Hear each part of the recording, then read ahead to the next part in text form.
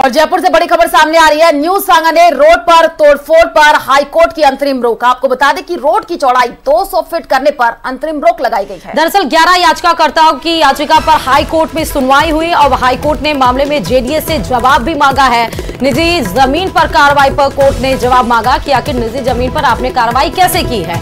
JDA धारा 72 के तहत ये कार्रवाई कर रहा है। तो धारा 72 में सिर्फ सरकारी जमीन से जो है अतिक्रमण हटाया जा सकता है। न्यू सांगानेर रोड पर निजी जमीन के सोसाइटी पट्टे हैं और हाईकोर्ट में 5 जुलाई को अगली सुनवाई होगी। तो ये बड़ी जानकारी आपको दे रहे हैं। तोड़फोड़ पर हाईकोर्ट की यह अंतरिम रोक। कल भी तस्वीरें देखने को मिली थी जब ये कार्रवाई होती हुई नजर आई और हाईकोर्ट ने मामले में जेडीए से जवाब मांगा है। ये बड़ी अपडेट आपको दे रहा है। आपको बता दें कि निजी जमीन पर कार्रवाई पर कोर्ट ने अब जवाब मांगा है। दरअसल धारा 72 जो बताई जा रही है जिसके तहत जेडीए कार्रवाई कर रहा है, तो धारा 72 वही होता है जिसपे सरकारी जमीन पर अगर कोई अतिक्रमण कर ले तो उसको जेडीए हटा सकता है, उस पर एक्शन होता है। लेकिन धारा 72 के तहत जो कार्रवाई की जा रही है वो याचिकाकर्ताओं के द्वारा कहा जा रहा है कि वो उनकी निजी जमीन है, उसी पर याचिकाकर्ताओं की सुनवाई पर ही हाईकोर्ट में सुनवाई हुई। अब हाईकोर्ट ने जेडीए से जवाब मांगा है कि आप धारा 72 के तहत कैसे कार्रवाई कर रहे हैं, निजी जमीन है, निजी प्रॉपर्टी है, तो उस पर आपने एक्शन कैसे किया है। ये बड़ी जो खबर है वो इस समय आपको बता रहे हैं। 11 याचिकाकर्ताओं की याचिका पर जेडीए हाईकोर्ट में सुनवाई हुई। हाईकोर्ट ने मामले में जेडीए से सीधा जवाब मांगा है। अगली सुनवाई अब हाईकोर्ट में 5 जुलाई वो समय निर्धारित कर दिया गया है जब होगी, जब जवाब के साथ 5 जुलाई को हाईकोर्ट में जेडीए को उपलब्ध होना होगा। ये तस्वीरें भी आप देख सकते हैं कि पीला पंजा कैसे निजी संस्थानों पर चला है और इसी पर ही 11 याचिकाकर्ता सीधा हाईकोर्ट की तरफ रुख किया। हाईकोर्ट ने सीधा जवाब मांग लिया। 5 जुलाई को अगली सुनवाई। और इधर भजनलाल सरकार धर्मांतरण के विरोध में नया कानून लाने की तैयारी में है। वसुंधरा सरकार के पहले कार्यकाल में धर्मांतरण को लेकर पारित किए गए विधेयक को राष्ट्रपति की मंजूरी नहीं मिल पाई थी, जिससे अब भजनलाल सरकार नए सिरे से विधानसभा में बिल ला करके धर्मांतरण को रोकने की दिशा में कड़े प्रावधान कर सकती है। देखिए रिपोर्ट।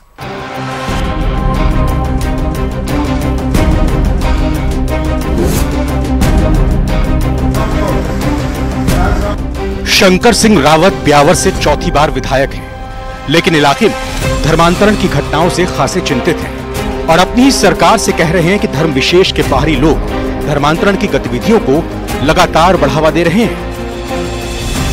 विधायक का आरोप है कि जमात लेकर आने वाले लोग इलाके की शांति के लिए खतरा बन गए हैं और सरकार को इन पर जल्द काबू करना होगा, नहीं तो हालात बिगड़ सकते हैं। कि जिस प्रकार अगर हालात जो बने हुए हैं इसमें अगर सरकार ने ध्यान नहीं दिया और जमातों को रोका नहीं गया तो आने वाले जिस प्रकार ये दिल्ली के पास मेवात एरिया जो बना हुआ है ना, ऐसा मेवात यहाँ नहीं बन जाए। सरकार को चिंता करनी चाहिए और लोगों को बचाना चाहिए। दरअसल इस वक्त ये मामला इसलिए सुर्खियों में है क्योंकि भजनलाल सरकार विधानसभा में धर्मांतरण को रोकने के लिए नया कानून लाने की तैयारी में जुटी है। हालांकि वसुंधरा सरकार ने अपने कार्यकाल में 2008 में धर्म स्वातंत्र्य बिल पारित किया था, जिसे राष्ट्रपति की मंजूरी नहीं मिल पाई थी। उस विधेयक में किसी व्यक्ति को दूसरा धर्म अपनाने से पहले जिला कलेक्टर से मंजूरी लेने की शर्त थी। साथ ही गैर कानूनी धर्मांतरण के मामले में दोषी पाए जाने पर 5 साल की जेल की सजा का प्रावधान था। विधेयक को लेकर राजस्थान में उस समय काफी विवाद भी पैदा हुआ था। अब भजनलाल सरकार पुराने विधेयक को निरस्त कर नए सिरे से धर्मांतरण को रोकने के लिए बिल का मसौदा तैयार करने में जुटी है। इसे लेकर हाल ही में राज्य सरकार की ओर से सुप्रीम कोर्ट में हलफनामा भी पेश किया गया है। बीजेपी नेताओं का मानना है कि धर्मांतरण की बढ़ती घटनाओं को रोकने के लिए ठोस कानून का होना जरूरी है। धर्म स्वातंत्र विधेयक हम लेकर आए थे, हमने विधानसभा में पास किया था, लेकिन तत्कालीन राज्यपाल महोदय ने राजनीतिक कारणों से उस पर कुछ आपत्तियां लगाकर भारत सरकार के पास भेज दिया था। लेकिन उसके बाद में 10 प्रांतों में कम से कम ये कानून पास हो चुका है। धर्मांतरण को तो हम कहीं भी नहीं होने देंगे राजस्थान में, चाहे वो आदिवासी क्षेत्र हो, चाहे अनादिवासी क्षेत्र हो, चाहे वो शहर हो, चाहे गांव हो। आपको बता दें कि बीजेपी आरोप लगाती रही है कि मेवात में विदेशी फंडिंग से हिंदुओं को जबरन मुस्लिम बनाया जा रहा है। वहीं बागड़ के इलाके में ईसाई मिशनरीज के खिलाफ बीजेपी हमेशा से मुखर रही है। गृह राज्य मंत्री जवाहर सिंह बेढम का मानना है कि प्रदेश में शांति और सद्भाव के लिए धर्मांतरण पर रोक जरूरी है और इसके लिए ठोस कानून वक्त की जरूरत है। देखिए, राजस्थान के विभिन्न कोनों से जब समय समय पर ईसाई मिशनरीज या मेवात के क्षेत्र में या दूसरे धर्म के लोगों के द्वारा प्रलोभन देकर के, दबाव देकर के धर्मांतरण जैसी घटनाएं सुनी भी गई हैं और प्रशासन ने कार्रवाई भी की है। इस पर सख्त कानून लाने की आवश्यकता है। बीजेपी की विचारधारा में हिंदू राष्ट्रवाद हमेशा से सर्वोपरि रहा है और हिंदू राष्ट्र का विचार उसका सपना। इसीलिए बहुसंख्यक वर्ग को हमेशा अपने साथ बनाए रखने और हिंदू हितों की हमेशा झंडा बरदार पार्टी बने रहने के लिए वो विधानसभा में इस बार मजबूत विधेयक लाने के संकेत दे रही है। जब राजस्थान में बीजेपी की स्थिति कमजोर थी तो उसने मेवात, मगरा और मेवाड़ बागड़ के इलाके को हिंदुत्व की लेबोरेटरी के रूप में स्थापित करने की कोशिश की। बीजेपी इसमें कामयाब भी रही, मगर आज उसके वही किले कहीं न कहीं कमजोर हो रहे हैं। इसलिए पार्टी नए सिरे से धर्मांतरण विरोधी बिल लाकर अपने इलाकों को बचाना चाहती है। इसलिए पार्टी की कोशिश यही है कि भगवा रंग कायम रहना चाहिए और हिंदुत्व की लहर चलते रहनी चाहिए ताकि उसे भविष्य में किसी भी तरह की चुनौती का सामना न करना पड़े। कैमरा पर्सन शेर सिंह के साथ बाबूलाल धायल, न्यूज़ 18 जयपुर। और बड़ी खबर डूंगरपुर से है, जहां मेडिकल कॉलेज में रैगिंग का मामला सामने आया है। यहां एमबीबीएस का कोर्स कर रहे फर्स्ट ईयर के छात्र के साथ इस तरह से रैगिंग की गई कि पीड़ित छात्र को डायलिसिस करानी पड़ी। क्या है पूरा मामला, देखिए इस रिपोर्ट में।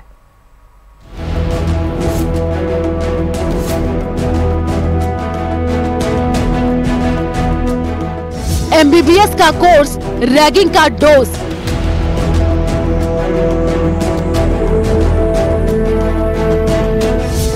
पहाड़ी पर बुलाया, उठक बैठक कराया।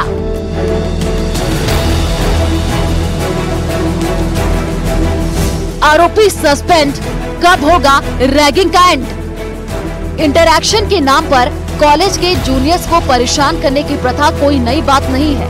भारत में रैगिंग को लेकर कई नियम भी बनाए जा चुके हैं, लेकिन इसके बावजूद कुछ सीनियर्स जूनियर स्टूडेंट को परेशान करने से बाज नहीं आते हैं। डूंगरपुर के मेडिकल कॉलेज में भी कुछ ऐसा ही हुआ, जहां एमबीबीएस का कोर्स कर रहे सेकेंड ईयर के करीब 40 छात्रों ने फर्स्ट ईयर के 50 से ज्यादा छात्रों की रैगिंग की और उनसे 300 से ज्यादा बार उठक बैठक कराई, जिससे कई छात्रों की तबीयत खराब हो गई।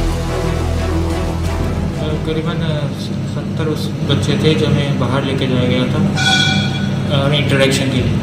कुछ एक तो स्टूडेंट की थी, गर्मी की वजह से थोड़ी दिक्कत आई। ये पूरी घटना 1.5 महीने पहले की है, जब सीनियर छात्रों ने अपने जूनियर्स को कॉलेज के पास ही एक पहाड़ी पर बुलाया और उनके साथ रैगिंग करते हुए उनसे जबरन 300 से ज्यादा उठक बैठक कराई। इससे कई छात्रों की हालत खराब हो गई। वही फर्स्ट ईयर के छात्रों में से एक प्रथम व्यस्क की तबीयत कुछ ज्यादा ही खराब हो गई, जिसके बाद उसे डूंगरपुर अस्पताल में भर्ती कराया गया, लेकिन उसे कोई आराम नहीं हुआ, जिस पर परिजन उसे गुजरात के एक प्राइवेट अस्पताल ले गए, जहां जांच में छात्र के किडनी और लिवर पर असर होना बताया गया, जिसके बाद उसकी 4 बार डायलिसिस करानी पड़ी। मेरा बच्चा जो था उसको 350 उठक बैठक लगवाने के कारण से उसको मसल्स टूट गया और मसल्स टूटने के कारण क्या है, किडनी और लीवर में इनको इन्फेक्शन हो गया, जिसकी वजह से डॉक्टर के कहने से मेरे को यहाँ से उसको जाइडस हॉस्पिटल अहमदाबाद में एडमिट करना पड़ा और वहाँ करीबन 9 से 10 दिन ट्रीटमेंट चली और ट्रीटमेंट के बाद थोड़ा उसके स्वास्थ्य में सुधार हुआ, लेकिन फिर भी इतनी डिस्ट्रेस होने के कारण वो अभी भी अपने आप काम करने में सक्षम नहीं। ये पूरा मामला मेडिकल कॉलेज में एंटी रैगिंग कमेटी के सामने आया, जिसके बाद कमेटी के रिपोर्ट के आधार पर 7 छात्रों को सस्पेंड कर दिया गया। वहीं प्रिंसिपल ने 7 के खिलाफ सदर थाने में केस दर्ज कराया है। क्षेत्र में स्थित डूंगरपुर मेडिकल कॉलेज में प्रथम वर्ष छात्र के साथ सीनियर स्टूडेंट द्वारा रैगिंग की घटना करने का के बारे में प्रधानाचार्य मेडिकल कॉलेज डूंगरपुर द्वारा रिपोर्ट दी गई, जिस पर प्रकरण दर्ज कर दिया गया है। प्रकरण में अनुसंधान जारी। किसी के लिए मजा, किसी के लिए सजा बन सकता है रैगिंग। इसी बात का सबूत है, रैगिंग लेने पर जेल से लेकर जुर्माने तक का प्रावधान है, लेकिन इन सब के बावजूद कॉलेजों में रैगिंग का कल्चर खत्म नहीं हो रहा है। न्यूज 18 के लिए डूंगरपुर से जयेश पवार की रिपोर्ट। और वहीं चिकित्सा मंत्री गजेंद्र सिंह खिवंसर ने डूंगरपुर मेडिकल कॉलेज में रैगिंग मामले में बड़ा बयान दिया है। उन्होंने कहा कि जांच रिपोर्ट आने के बाद मामले में कार्रवाई होगी। जो जांच की रिपोर्ट मंगाई है हमने, उसकी जब पूरी आ जाएगी रिपोर्ट तो हम बताएंगे। बेसिकली इसके अंदर पुलिस केस भी शायद होगा रैगिंग के अंदर, तो डिपार्टमेंट अपनी तरफ से पूरी कार्रवाई कर रहा है। इसकी रिपोर्ट मुझे जब जानकारी कल तक मिल जाएगी तो मैं आपको बताऊंगा। और जम्मू कश्मीर में मुठभेड़ में 3 आतंकी ढेर हुए हैं। आपको बता दें कि डोडा इलाके में कई दिनों से ये 3 आतंकी छिपे हुए थे। बड़ी खबर आपको बता रहे हैं, सर्च अभियान चलाया गया, बड़ी सफलता हाथ लगी है। जम्मू कश्मीर में मुठभेड़ में 3 आतंकियों को हमारे जवानों ने ढेर कर दिया। डोडा इलाके में कई दिन से ये आतंकी छिपे हुए बताए जा रहे हैं। जैसे ही सूचना लगी जवानों को, वैसे ही सर्च अभियान चलाया गया और मुठभेड़ में 3 आतंकियों को मार गिराया जवानों ने। आतंकियों की स्थानीय लोगों ने रहने खाने में मदद की थी। तो आपको बता दें कि कई दिनों से सेना आतंकियों की तलाश कर रही थी और AK-47 समेत भारी संख्या में हैंड ग्रेनेड भी मिले हैं। डोडा इलाके में सुरक्षा बल का सर्च ऑपरेशन जारी है। तो ये बड़ी जानकारी आपको दे रहा है, जहां पर जम्मू कश्मीर में मुठभेड़ में 3 आतंकी ढेर हुए हैं। जम्मू कश्मीर के डोडा जिले के जंगलों में छिपे 3 आतंकियों को सुरक्षा बलों ने ढेर कर दिया। इससे पहले 11 और 12 जून को आतंकियों ने डोडा में हमला किया था, जिसके बाद से सेना, CRPF और Jammu Kashmir police search operation चला रही थी। बताया गया तीनों आतंकी मिट्टी के कच्चे घर में छिपे हुए थे और स्थानीय लोगों ने ही आतंकियों की वहाँ पर छिपने में मदद की। इतना ही नहीं, उनके रहने और खाने की व्यवस्था भी की गई थी। आतंकियों के मारे जाने के बाद जब उनके ठिकाने की छानबीन की गई तो वहाँ पर उन्होंने मुठभेड़ से ठीक पहले खाना भी बनाया था और खाया भी था। 3 आतंकियों के बाद सुरक्षा बलों को कई AK-47 गन और हैंड ग्रेनेड भी मिले हैं। आतंकियों ने खुद को सेना से घिरा देखकर सबसे पहले हैंड ग्रेनेड से ही हमला किया था, जिसमें सेना और पुलिस के 2 जवान गंभीर रूप से घायल हुए। और अब खबर माउंट आबू से है। 2 दिन से हो रही बारिश से माउंट आबू का जो मौसम है वो सुहाना हुआ है। दरअसल माउंट आबू की वादियों में बादलों की लुका छुपी एक आकर्षक नजारा प्रस्तुत कर रही है। बारिश के चलते तापमान में 4 से 5 डिग्री कमी आई है और तापमान अब 24 डिग्री तक पहुंच गया है और इससे मौसम बेहद ही सुहाना, हल्की ठंडक के साथ हो चुका है। तो माउंट आबू से ये जानकारी, जहां पर बारिश से माउंट आबू का जो मौसम है काफी सुहाना हो चुका है। तस्वीरें भी आप देख पा रहे हैं, जहां पर जो है सैलानियों का भी अब आने का दौर शुरू हो चुका है। नक्की झील पर ये बना रोमांचित नजारा आपको इस वक्त दिखा रहे हैं माउंट आबू से। और इधर भीषण गर्मी से जूझ रहे प्रदेशवासियों को झमाझम बारिश राहत लेकर आई है। कई जिलों में मानसून की पहली बारिश से सड़कें दरिया बन गई हैं। राहगीरों को परेशानियों का सामना करना पड़ रहा है। इसी पर देखिए हमारी एक खास रिपोर्ट।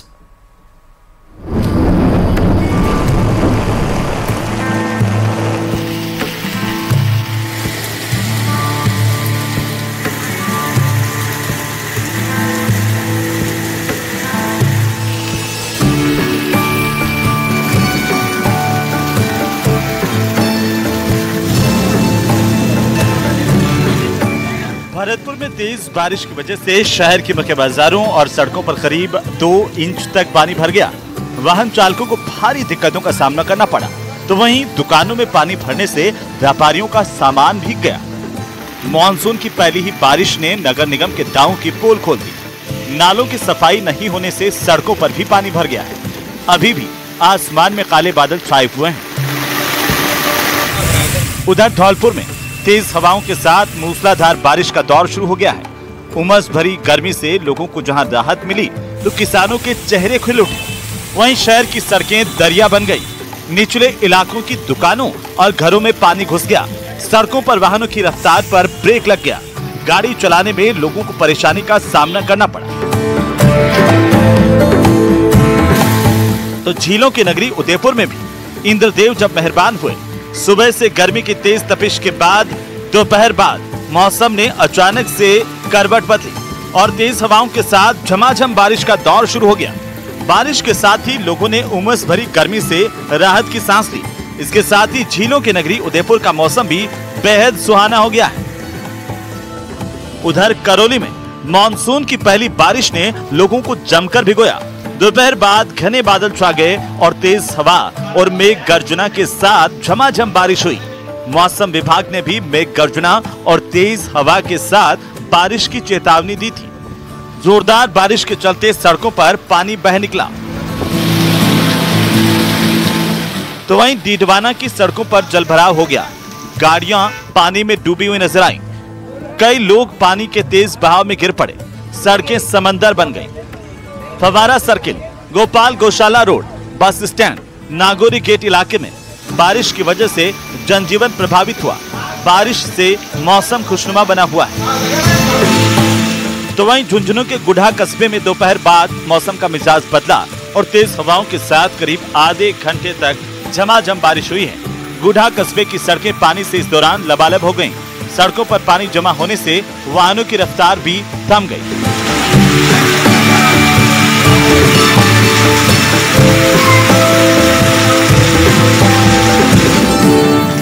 मौसम विभाग के मुताबिक 27 जून से लगातार 3 दिन दक्षिणी राजस्थान के कुछ इलाकों में भारी बारिश हो सकती है। इसके अलावा पूर्वी राजस्थान के कुछ इलाकों में मेघ गर्जना, तेज हवाएं और बारिश हो सकती है। उदयपुर कोटा संभाग में 1-2 स्थानों पर भारी बारिश के साथ ही कहीं-कहीं वज्रपात होने की भी संभावना है। मौसम विभाग ने इस बार सामान्य बारिश दर्ज करने की संभावनाएं जताई है। उम्मीद है कि प्रदेश में इस बार मानसून की सक्रियता लगातार बनी रहेगी। Bureau report, news 18 Rajasthan.